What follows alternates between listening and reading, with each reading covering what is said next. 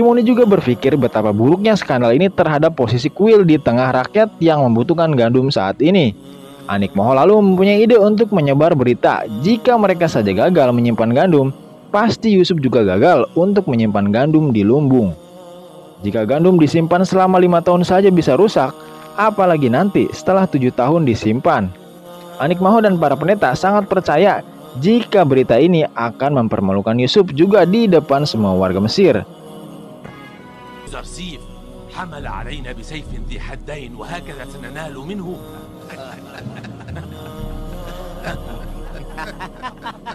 Sementara itu, di lumbung gandum, para pendeta mulai mempertanyakan kenapa pemerintahan Mesir menyimpan gandum dengan tangkainya.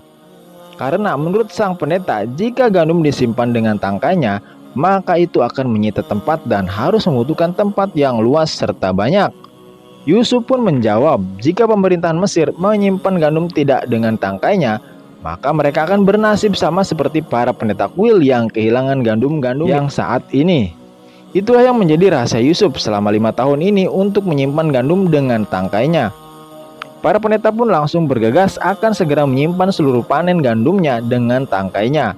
Akan tetapi, Yusuf mengatakan jika itu sudah terlambat karena masa paceklik akan segera datang.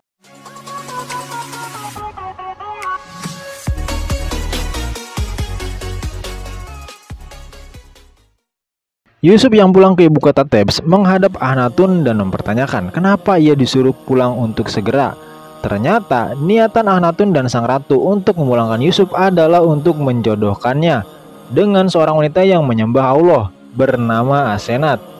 Yusuf pun tak bisa untuk menolaknya karena Akhnatun mengatakan bahwa ini adalah perintah dari kerajaan dan harus dilaksanakan. Sementara itu, Zulaiha yang mengetahui jika Yusuf telah pulang mulai tidak percaya diri karena dia merasa sudah tua dan keriput. Dia juga mempertanyakan apakah Yusuf akan mau melihat wajah keriputnya saat ini. Kalimama terus menyuruh agar Zulaiha segera melupakan Yusuf karena Zulaiha terus memikirkannya selama 15 tahun ini yang membuat hidupnya menjadi terlunta-lunta karenanya.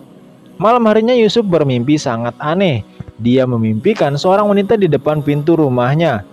Yusuf pun mempertanyakan siapa wanita itu dan apa maunya. Keesokan harinya, Yusuf akhirnya resmi menikah dengan wanita yang dijodohkan oleh Akhnatun dan sang ratu yang bernama Asenat.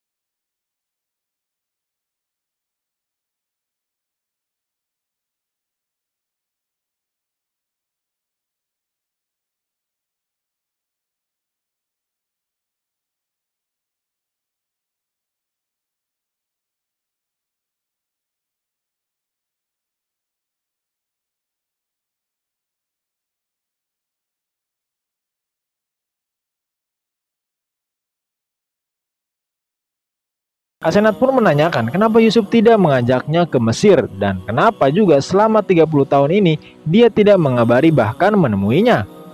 Yusuf mengungkapkan bahwa berkali-kali ia akan berniat mengabari keadaannya kepada sang ayah, namun tidak bisa karena tugasnya untuk melayani penduduk Mesir belum selesai.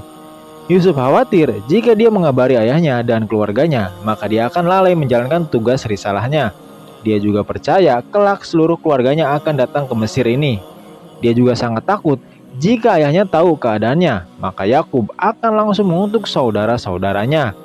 Karena menurutnya jika Bani Israel pasti belum sadar dan mengakui semua kepada Yusuf sampai saat ini. Sementara itu, Kalimama yang sudah tua akhirnya meninggal dunia dan meninggalkan Zulaiha. Zulaiha mengatakan jika ia pasti akan merasa sangat kesepian jika ditinggal oleh Kalimama. Sebelum meninggal, Kalimama terus memperingatkan Zulaiha agar segera melupakan Yusuf supaya hidupnya bisa tenang. Ketika seluruh penghuni istana menguburkan Kalimama ke dunia orang mati, istana kembali kosong dan dimanfaatkan oleh para gelandangan untuk mengambil barang-barang berharga di sana. Akan tetapi, para gelandangan itu sangat kecewa karena barang berharga di istana hanya sedikit saja. Zulekha yang mengetahui jika istananya kembali dijarah oleh orang, hanya bisa pasrah dan juga dia memarahi Dewa Amun yang sama sekali tidak membantunya saat dalam kesusahan.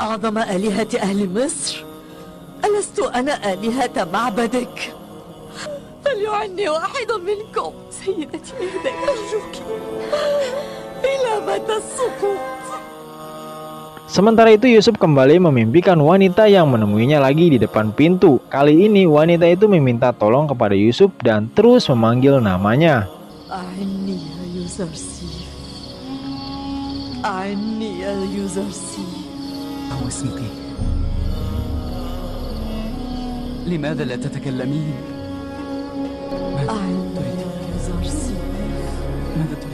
Yusuf menceritakan kepada Asenat bahwa dia tidak tahu siapa wanita itu. Yusuf juga sangat merasa aneh karena dia tidak bisa mengartikan mimpi itu sama sekali. Yusuf berpikir jika ia tidak bisa mengenali wanita itu pasti karena memang dia tidak boleh tahu siapa dia.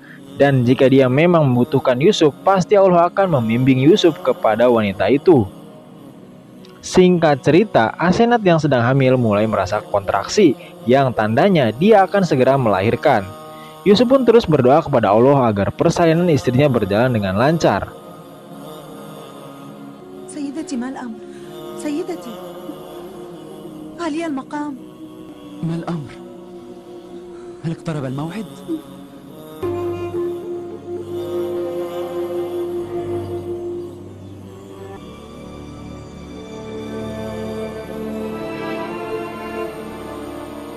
Dia juga sempat mengingat ketika ibunya Rahil melahirkan adiknya Benjamin dan nyawanya tidak tertolong saat itu. Akhirnya Allah pun mengabulkan doa dari Yusuf bahwa keduanya dalam keadaan baik-baik saja. Dan Yusuf dikarunia anak pertama yang beri nama Minsah, yang berarti pembawa lupa. Singkat cerita, di malam hari Yusuf mendatangi istana Akhnatun dan menyuruh semua penjaga menyalakan obor. Dan Binarus harus menyiapkan makanan. Karena sebentar lagi Akhnatun akan merasa kelaparan dan meminta makan. Awalnya pelayan istana meragukan apa yang dikatakan oleh Yusuf.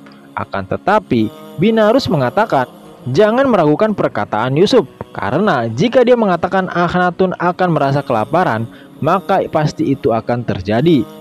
Dan benar saja Akhnatun tiba-tiba bangun dari tidurnya lalu merasakan lapar yang luar biasa.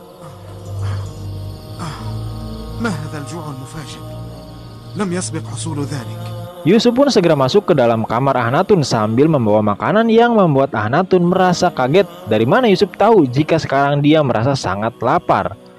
Yusuf mengatakan jika malam ini adalah awal masa paceklik di Mesir dengan ditandai rasa lapar yang tiba-tiba menimpa Akhnatun.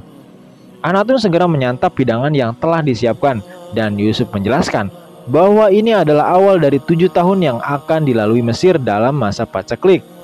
Dia meminta agar semua warga mulai besok harus berhemat dan para petani untuk menyetop penanaman gandum karena tidak akan ada hujan yang turun di Mesir. Akhnatun lalu menanyakan kepada Yusuf bagaimana cara menyampaikan awal masa paceklik ini ke seluruh warga Mesir. Yusuf menjelaskan bahwa para warga akan tahu sendiri melalui keringnya tanah dan tak adanya hujan serta dicabutnya perintah untuk bercocok tanam ini. Dia juga memerintahkan untuk segera melaksanakan rencananya tentang pembedaan antara orang kaya dan orang miskin saat masa paceklik. Karena saat masa itu mereka harus tahu siapa yang membutuhkan gandum secara gratis dan siapa yang harus membayar untuk mendapatkan gandum. Keesokan harinya, seluruh warga Mesir menceritakan jika semalam mereka terbangun dari tidur dan merasakan lapar yang tiba-tiba. Mereka juga merasa bahwa seluruh warga Mesir mengalami hal yang serupa. Pendeta Kimuni yang mendengar berita bahwa seluruh warga Mesir merasa kelaparan dan mengiringnya seluruh tanaman di Mesir mengatakan kepada Anik Mahu jika ini adalah tanda awal masa paceklik. Para pendeta mengungkapkan jika ini persis apa yang dikatakan oleh Yusuf jika masa paceklik akan datang setelah 7 tahun masa subur. Anik Mahu lalu menyuruh agar semua pendeta untuk berhati-hati dalam berbicara dan menyuruh agar mereka menyimpan cadangan gandum untuk setahun. Karena menurut Anik Mahu, paceklik belum tentu terjadi selama 7 tahun ke depan. Dan memang jika ada masa paceklik, mereka masih bisa mengulur waktu selama 1 tahun itu. Padiamon lalu mengungkapkan kenapa Yusuf tidak memberitahu cara menyimpan gandum dengan tangkainya pada semua agar para pendeta bisa membangun lumbung juga dan menyimpannya sendiri. Di sini Anik Maho juga mengakui kehebatan Yusuf dan Tuhannya karena bisa menangani masalah negara ini dari penyimpanan gandum sampai menakwilkan mimpi yang terjadi saat ini. Dia pun akan merencanakan sesuatu jika memang akan terjadi paceklik nantinya, karena Anik Maho tidak akan menganggap remeh musuh yang hebat seperti Yusuf.